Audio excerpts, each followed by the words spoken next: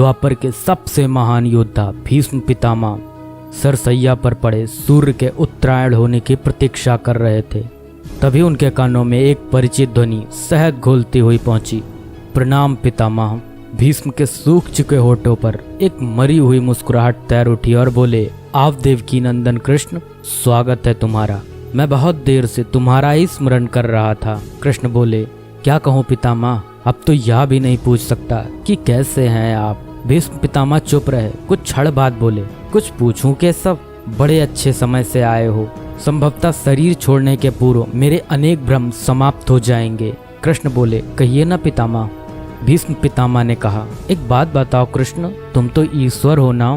कृष्ण ने बीच में ही टोका और कहा, नहीं पितामह, मैं तो आपका पौत्र हूँ, ईश्वर नहीं।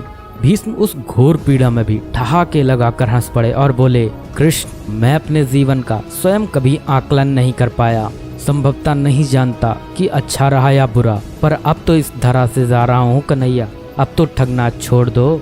कृष्ण भीष्म पितामह के थोड़ा करीब आए और उनका हाथ पकड़कर बोले, कहिए पितामह, क्या पूछना चाहते हैं आप। भीष्म पितामह बोले, एक बात बताओ कन्हैया, इस युद्ध में जो हुआ वो ठीक था क्या। कृष्ण ने कहा, किसकी ओर से पितामह, पांडवों की ओर से या कौरवों की ओर से। भीष्म पितामह ने कहा, कौरवों के कृत्यों पर चर्चा का तो कोई अर्थ ही नहीं रहा कन्हैया, पर क्या पांडवों की ओर से जो हुआ वो सही था। आचार्य द्रोण का वध, दुर्योधन की जंघा के नीचे प्रहार, दुशासन की छाती का चीरा जाना, जयद्रथ के साथ हुआ छल, निहत्थे कर्ण का वध, यह सब उचित था क्या। कृष्ण ने कहा, इसका उत्तर मैं कैसे दे सकता हूँ पितामह, इसका उत्तर तो उन्हें देना चाहिए जिन्होंने यह किया। उत्तर दे दुर्योधन का वध करने वाले भीम, उत्तर दे कर्ण और जयद्रथ का वध करने वाले अर्जुन। मैं तो इस युद्ध भूमि में कहीं था ही नहीं पितामह। भीष्म पितामह ने कहा, अभी भी छलना नहीं छोड़ोगे कृष्ण। अरे विश्व भले कहता रहे कि महाभारत को अर्जुन और भीम ने जीता, पर मैं जानता हूँ कन्हैया कि यह तुम्हारी और केवल तुम्हारी विजय है। मैं तो उत्तर तुम्ही से पूछूंगा कृष्ण।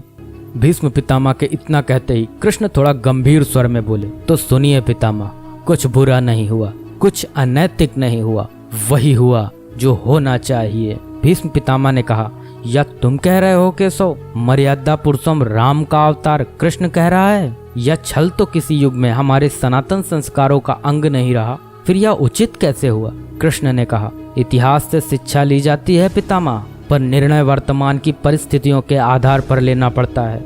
हर युग अपने तर्कों पर, अपनी आवश्यकता के आधार पर अपना नायक चुनता है। राम त्रेता युग के नायक थे, मेरे भाग में द्वापर आया था। हम दोनों का निर्णय एक सा नहीं हो सकता पितामह। भीष्म पितामह ने कहा, मैं कुछ समझ नहीं पाया कृष्ण। कृष्ण ने कहा, पितामह, राम और कृष्ण की परिस्थितियों में बहुत अंतर है। राम के युग में खलनायक भी रावण जैसा शिवभक्त होता था, तब रावण जैसी नकारात्मक शक्ति के परिवार में भी विभीषण जैसे संत हुआ करते थे। तब बाली जैसे खलनायक के परिवार में भी तारा जैसी विदुषी स्त्रियां और अंगद जैसे सज्जन पुत्र होते थे।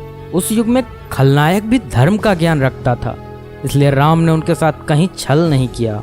किंतु मेरे युग के भाग में कंस, जरासंध, दुर्योधन, दुशासन, शकुनी, जयद्रथ जैसे घोर पापी आए हैं।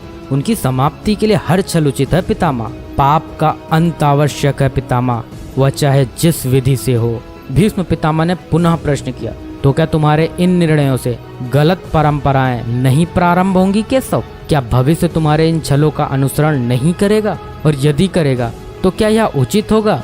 कृष्ण ने कहा, भविष्य तो इससे भी अधिक नकारात्मक आ रहा है पितामह। कलयुग में तो इतने से भी काम नहीं चलेगा, वहाँ मनुष्य को कृष्ण से भी अधिक कठोर होना होगा, नहीं तो धर्म समाप्त हो जाएगा। जब क्रूर और अनैतिक शक्तियाँ सत्य एवं धर्म का समूल नाश करने के लिए आक्रमण कर रही हों, तो नैतिकता अर्थहीन हो जाती है पितामह। तब महत्वपूर्ण होती है विजय, केवल विजय। भविष्य को यह सीखना ही होगा पितामह। भीष्म पितामह ने पूछा, क्या धर्म का भी नाश हो सकता है केशव, और यदि धर्म का नाश होना ही है तो क्या मनुष्य इसे रोक सकता है। कृष्ण ने कहा, सब कुछ ईश्वर के भरोसे छोड़कर बैठना मूर्खता होती है पितामह। ईश्वर स्वयं कुछ नहीं करता, केवल मार्गदर्शन करता है। सब मनुष्य को ही स्वयं करना पड़ता है। आप मुझे भी ईश्वर कहते हैं ना, तो बताइए ना पितामह, मैंने स्वयं इस युद्ध में कुछ किया क्या। सब पांडवों को ही करना पड़ा ना, यही प्रकृति का संविधान है। युद्ध के प्रथम दिन यही तो कहा था मैंने अर्जुन से, यही परम सत्य है। कृष्ण की बातों को सुनकर भीष्म पितामह संतुष्ट लग रहे थे। उनकी आंखें धीरे धीरे बंद होने लगी। उन्होंने कहा, चलो कृष्ण, यह इस पृथ्वी पर अंतिम रात्रि है, कल संभवतः चले जाना होगा। अपने इस अभागे भक्त पर कृपा करना कृष्ण। कृष्ण ने मन में ही कुछ कहा और भीष्म को प्रणाम कर लौट चले। पर युद्ध भूमि के उस डरावने अंधकार में भविष्य को जीवन का सबसे बड़ा सूत्र मिल चुका था। जब अनैतिक और क्रूर शक्तियां सत्य और धर्म का विनाश करने के लिए आक्रमण कर रही हों, तो नैतिकता का पाठ आत्मघाती होता है। ईश्वर कुछ भी नहीं करते, ईश्वर सिर्फ राह दिखाते हैं। सब कुछ हमें ही करना पड़ता है और ईश्वर के भरोसे हाथ पर हाथ रख के बैठे रहना मूर्खता होती है।